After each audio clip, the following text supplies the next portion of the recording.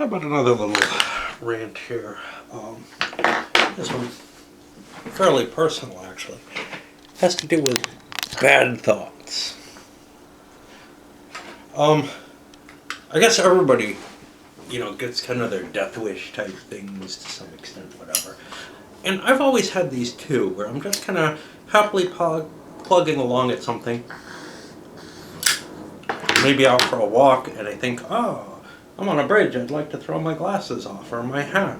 Or maybe I'd jump, or if I'm walking with someone, maybe I'd like to give them a little shove over the edge. It's not always suicidal or harmful to myself directly.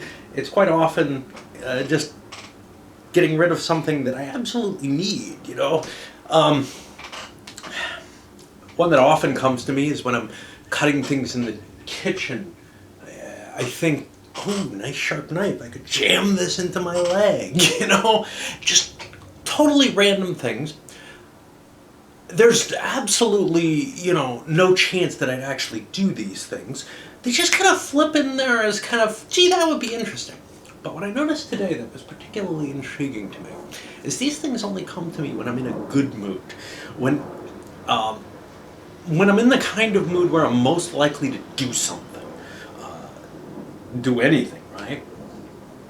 Now, that's kind of important. There's a number of different factors to that. So, for example, this may be one of the reasons why I've never actually gone suicidal, is although I don't believe, emotionally nor analytically that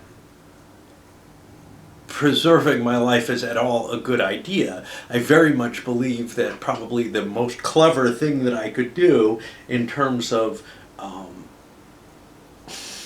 avoiding the pain and misery of existence is to just off myself. It's something I would never actually do. And one of the reasons for that is that when I'm in a depressive state, I'm pretty much incapable of making any kind of decision or taking any kind of dramatic action. So the kind of times when I am capable of doing that is when I'm at my sort of highest points. And I'm kind of in one of those right now for whatever reason, although I haven't gone out and done anything, today, and I'm feeling particularly high as opposed to a few days ago when I went on a road trip. But what I'm seeing is that sort of up nature, that ability to make decisions, etc., is linked very strongly to a lack of inhibition.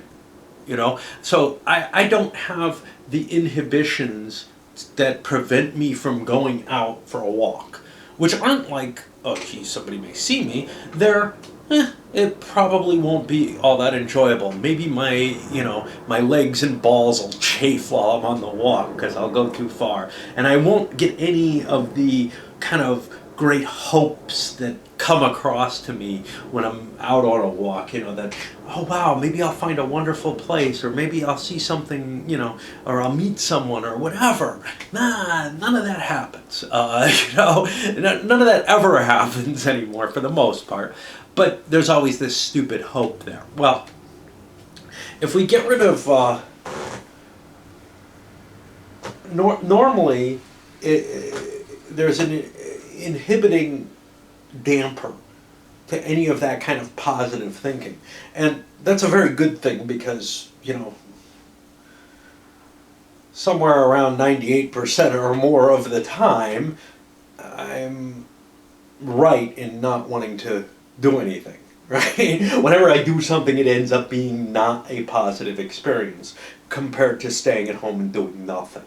Of course, the negative to that is, well, there is a certain positive experience just being out and just having the feelings of being out, etc. So even if nothing good happens where you hoped something good might happen, you do get the positive experience of being out. But then you look and say, well, I wasted time that I could have used playing a game or thinking or doing work or whatever. And instead all I did was, maybe had an enjoyable time, but it's hard to judge enjoyment that's singular compared to things which have some lasting effect. And somehow, to me, however you want to put it, playing a game has a lasting effect. in terms that I've done something that I value and can put in a slot. Going for a walk, which I may enjoy more, has no lasting effect. It's like getting drunk or going dancing or anything like that. None of those things have any lasting effect. They're just, or playing a game with other people for that matter, has no lasting effect to me. It's just a time killer that I may enjoy more than the things that are that I view as more positive. Whatever twisted way there is of that, though, that inhibitory pressure to prevent me from doing things is exactly the thing that prevents me from even really seriously considering something like jabbing a knife into my leg might be interesting.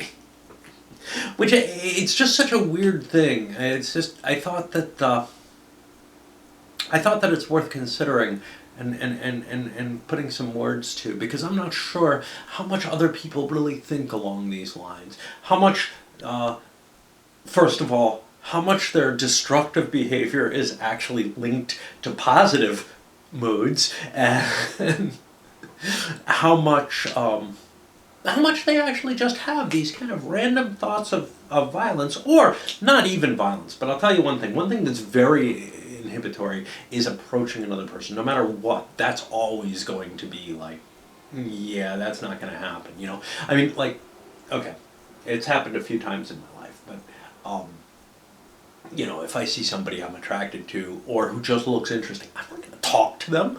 I have no right for that, right? But, so that's very strong. I have the right to go out and make myself miserable. I don't have a right to intrude myself on someone I don't know's life and make them miserable. Now, someone I do know, I have total rights to make them completely miserable with all my bitching and everything. But yeah, it's a very, very strange just dynamic between the things that I view as acceptable and not. Anyway, just some random words, I guess.